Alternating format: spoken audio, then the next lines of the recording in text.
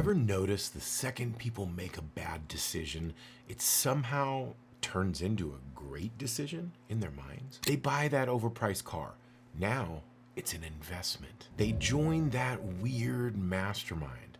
See, now it's getting into elite proximity with people. They ignore 10 red flags in a relationship. Now it's a growth season. See, that's not wisdom. It's definitely not maturity. And it for sure isn't strategy. That is your brain in full PR crisis mode. And today I want to show you one of the sneakiest reasons people make terrible decisions. Then they defend them like their life depends on it. And it's called cognitive dissonance. And once you see it, you're not going to be able to unsee it. Because it's not just about psychology. It's about why people double down, why they defend nonsense, why they talk themselves into things that make no sense. And the plot twist, the more intelligent someone is, the better they are at explaining garbage in high definition. See, that's the trick. Smart people are not immune. They're often just better lawyers for their bad decisions. Cognitive dissonance is what happens when your behavior and your identity get into a fist fight. You think, I'm smart, but then you do something dumb. You think, I make great choices, then you ignore obvious evidence. You think, I'm rational, then you buy something because the sales page had a countdown timer and a guy in a turtleneck said something that it was about scarcity. Now your brain has a problem because it hates contradiction. It hates that inner tension. It hates having two files open at once. File 1 says, I'm competent. File 2, then why did I just do that? And here's where it gets truly dangerous. Most people assume that when tension shows up, the brain goes hunting for the truth. Well, it doesn't. Usually it goes hunting for relief. That's the twist. Your brain is not always asking what's accurate. A lot of the time, it's asking which story hurts the least. That's why this matters. Because the second your mind values relief over reality, your decisions start getting pretty weird. Now enter Kahneman. Kahneman's work on fast thinking and cognitive ease help explain why this gets even worse. Your brain likes what feels smooth, easy, low effort. It does not love hard mental labor. It does not wake up every morning excited to perform open heart surgery on your ego. So when cognitive dissonance shows up, your mind usually looks for the cheapest and easiest psychological exit. Not the truest one, the cheapest one. That is where the law of least effort slides in like a supervillain cameo. Because let's compare the two options. Option 1, you gotta admit you were wrong, reevaluate the facts, update your beliefs, take that ego hit, possibly even apologize, possibly reverse course, possibly look stupid for a minute. Option 2, you say something like, actually, I meant to do that. You already know which option wins most of the time. That's the law of least effort in the wild. Truth is expensive. Rationalization is cheap, and human beings love a discount. See, Julie Galef has a great frame for this. She talks about the soldier mindset versus the scout mindset. And see, the soldier mindset defends, the scout mindset discovers. And when dissonance hits, most people don't turn into scouts. They turn into Navy SEALs for their own nonsense. They defend the hill, they protect the castle, they raise the flag, cue the dramatic soundtrack, even if the flag is planted in a landfill. That's why smart people can sound ridiculous after they commit to something. Not because they got less intelligent, but because they changed jobs. They stopped being detectives and became press secretaries. Let me show you how deep this goes. See, there's this classic study from Festinger and Carl Smith that is basically the blueprint for this whole thing. They had people do mind-numbingly boring tasks. I mean boring. Not this meeting could have been an email boring. I mean watching paint dry boring. Then the participants had to tell someone else the task was actually interesting. Some people got paid $1, other people got paid $20. Here's the crazy part. The people who got paid only $1 later said they actually liked the task more than people who got paid 20. Why? Because $20 is enough to say, yeah, I lied for the money. $1 is not enough. So if I did this boring thing, told someone it was fun, and only got paid basically nothing, now my brain has a problem. Because if I'm a reasonable person, why would I do that? Answer, maybe it wasn't that boring. See how you just changed reality on yourself? Maybe I kind of liked it. Maybe it was interesting. Do you see what happened? Your brain changed the story to protect your self-image. That is cognitive dissonance. It's basically your mind looking at the evidence, panicking, and whispering, okay, let's just rewrite the whole story. And if you think that only happens in labs, absolutely not. This happens every single day. A guy buys a terrible crypto. Now, he's not wrong. He's early. Someone overpays for a course. Now, it's not overpriced, it's premium. A company hires the wrong leader. Now, they're not admitting a bad hire, they're trusting the long-term vision. See the pattern? The decision gets made, then the story gets upgraded. That is one of the biggest aha moments in all of behavioral science. Sometimes decisions do not reveal what you prefer. They rewrite what you prefer. The idea shows up in Jack Brim's work also. After people choose between options, they tend to like the chosen option more than the rejection option.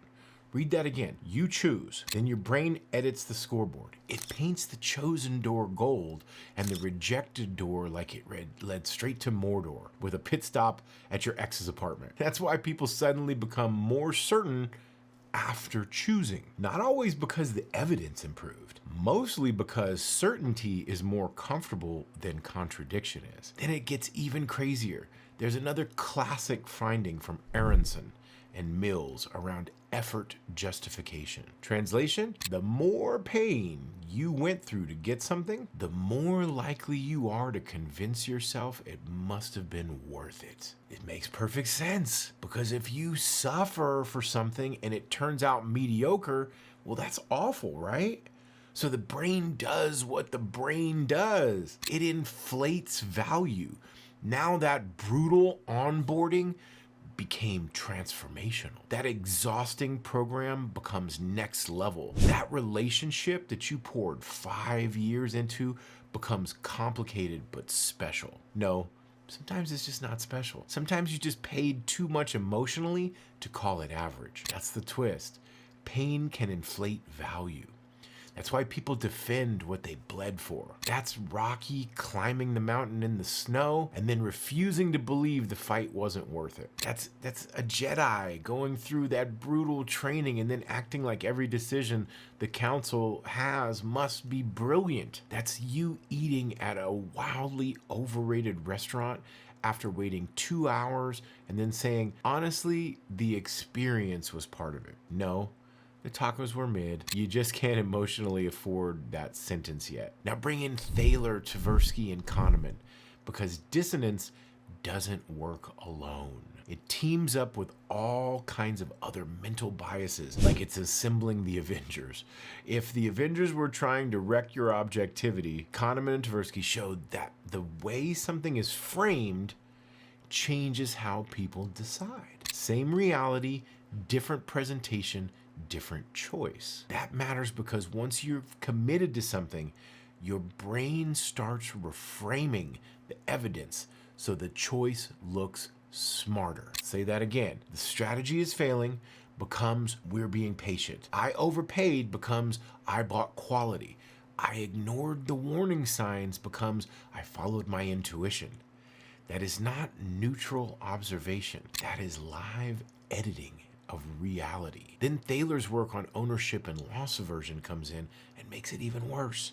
Because once something feels like mine, my idea, my plan, my hire, my purchase, my belief, letting go of it feels like a loss. And losses hit harder than gains. Now abandoning the bad decision doesn't feel like updating. It feels like dying a little bit. Not literally, relax, but psychologically, a little. So people cling to bad decisions because walking away feels more painful than defending them does. Then Sunstein's work on defaults, fits like a glove. Defaults are powerful because they reduce effort. They let you stay with the current path. So once a belief becomes your default setting, change takes so much effort and work. And most people don't wake up eager to do unpaid mental construction. That is how people get trapped in comfortable error. Not just wrong efficiently. And that may be the most dangerous kind. Now let's make this practical. Philip Tetlock's work on forecasting points to one of the real antidotes here. The best thinkers update. They don't marry their conclusions. They don't build a studio apartment inside every opinion inside a 12-month lease. They revise. They adjust.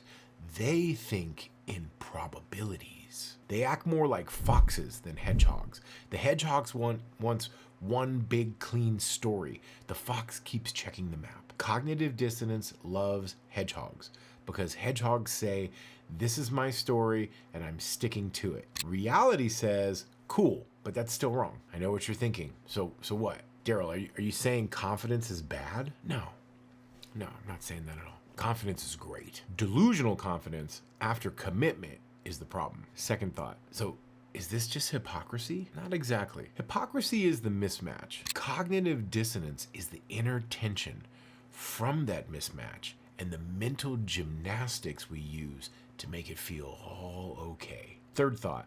How do I know when it's happening to me? Easy.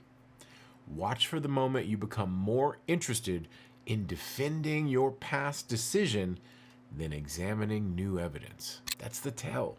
That's the fingerprint. That's when your brain stops acting like Sherlock Holmes and starts acting like Olivia Pope, managing a scandal. So what do? Here are 4 questions that can save you a lot of pain. 1. What evidence would make me change my mind? If your answer is nothing, congratulations. You're not reasoning. You're campaigning. 2. If I had not already bought this, believed this, committed to this, or defended this, would I choose it today? That question is a flamethrower. It burns through fake certainty fast. 3. Am I protecting truth or am I protecting my ego? I know that one stings, it hurts, but that's good. A question that never stings usually isn't doing anything. 4. Am I in soldier mode or scout mode? Am I trying to win or am I trying to see the truth? That's the game, because the best decision makers are not the people with the smoothest explanations. They're the people most willing to interrupt themselves, most willing to update, most willing to look stupid for a minute so they don't stay stupid for a year. That's the real flex, not never being wrong, being hard to trap. So here's the punchline. The most expensive decisions in life usually are not the first bad move. They are the 10 moves you make afterward to protect your ego from admitting the first one. That is cognitive dissonance. Your brain choosing coherence over correction, comfort over clarity, relief over reality.